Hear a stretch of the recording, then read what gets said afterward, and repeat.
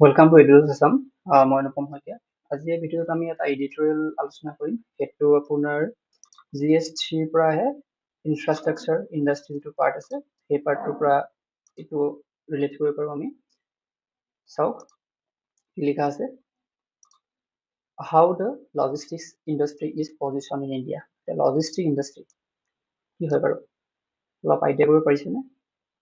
ধৰি লওক আপুনি ফ্লিপকাৰ্টত কিবা এটা বস্তু অৰ্ডাৰ কৰিলে, জোতা এযোৰ অৰ্ডাৰ কৰিলে, সেই জোতাযোৰ যেতিয়া আপোনাৰ হাতত পৰিবহি এটা প্ৰচেছৰ মাজেৰে আহিব, ৱেৰহাউচৰ পৰা আপোনাৰ ওচৰলৈ অহালৈকে এটা ট্ৰেন্সপৰ্টেশ্যন ব্যৱস্থা থাকিব।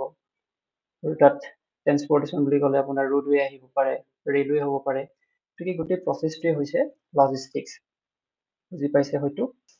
গতিকে এই ইণ্ডাষ্ট্ৰিটোৰ ক্ষেত্ৰত আমাৰ ইণ্ডিয়াৰ পজিশ্যন কেনেকুৱা তাৰ বিষয়ে এইটো দ্য হিন্দুত অহা এটা আৰ্টিকল আমি এতিয়া আলোচনা কৰিম। India's logistic industry experiencing robust growth. যথেষ্ট গ্ৰোথ আছে ইয়াতে হৈছে।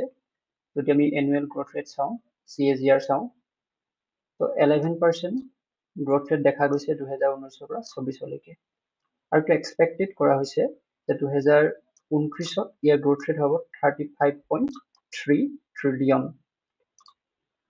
আৰু এটা কথা মন কৰিব যে আমাৰ যিটো লজিষ্টিক্স ইণ্ডাষ্ট্ৰি হয়, ইয়াৰ ক্ষেত্ৰত আমাৰ জিডিপিৰ পৰা কিন্তু বহুতখিনি ইয়াতে খৰচ হৈছে, এক্সপেণ্ডিচাৰ বহুত, জিডিপিৰ পৰা 13% এইটো খৰচ হৈছে। গতিকে এই খৰচটো কম কৰাটো কিন্তু জৰুৰী। গতিকে তাৰ কাৰণে গভৰ্ণমেণ্টে কিছুমান ইনিচিয়েটিভ লৈছে। আমি এই শ্লাইডটো যেতিয়া সেইখিনিয়ে চাম। চাওক কি কি আপোনাৰ ব্যৱস্থা হাতত লৈছে। তাৰ ভিতৰত যদি আমি চাওঁ, ধৰি লওক এইটো এটা government initiative, national logistics policy আৰু গতি শক্তি। আপোনালোকে গম পাই চাগে PM গতি শক্তিৰ নাম শুনিছে।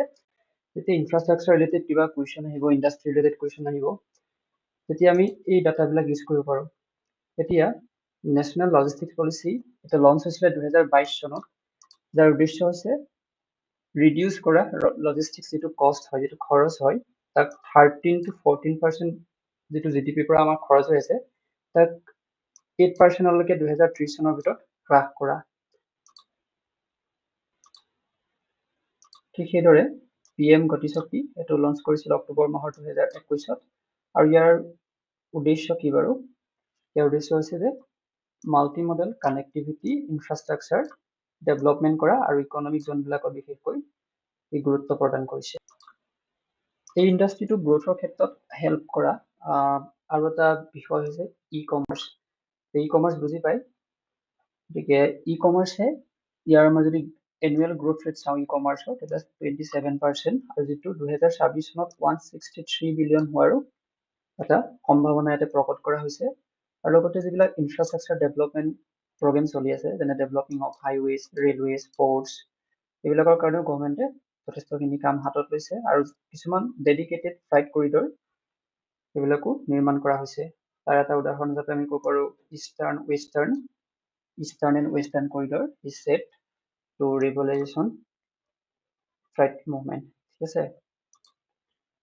ইনফ্ৰাষ্ট্ৰাকচাৰ ডেভেলপমেণ্টতে আন এটা বিষয় হৈছে, সেইটো হৈছে আপোনাৰ national infrastructure pipeline project.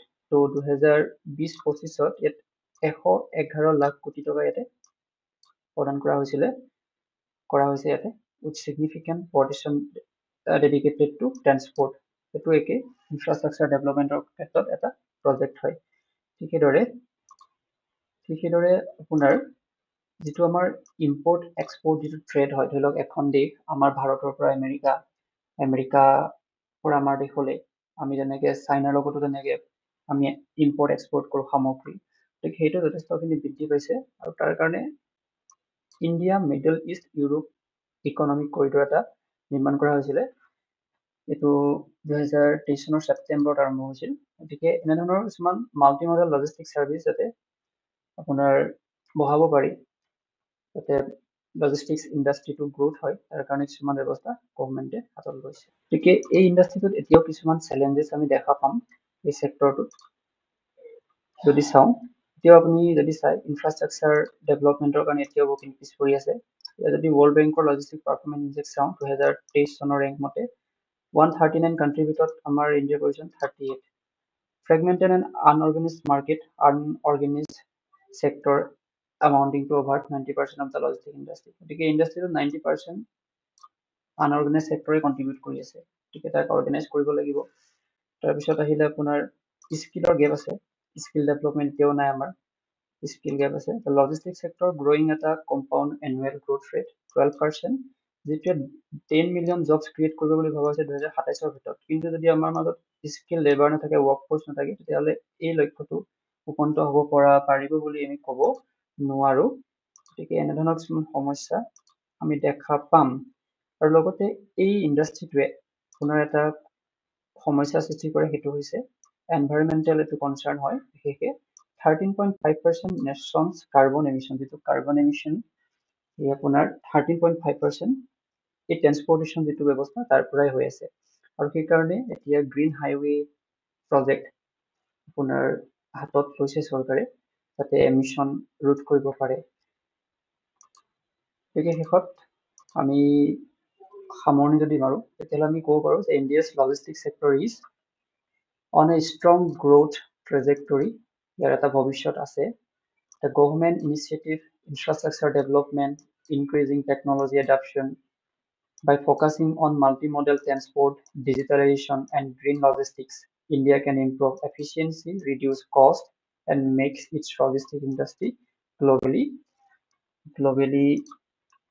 Competitive কৰিব পাৰিব। গতিকে এই ব্যৱস্থাখিনি যদি হাতত লয়, তেতিয়াহ'লে আমাৰ লজিষ্টিক্স ইণ্ডাষ্ট্ৰিটো যথেষ্টখিনি আগুৱাই যাব। গতিকে এইখিনিয়ে আছিলে এই টপিকটো।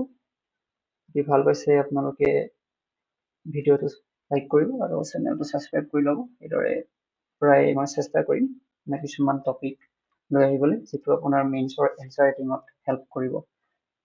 Thank you, good night.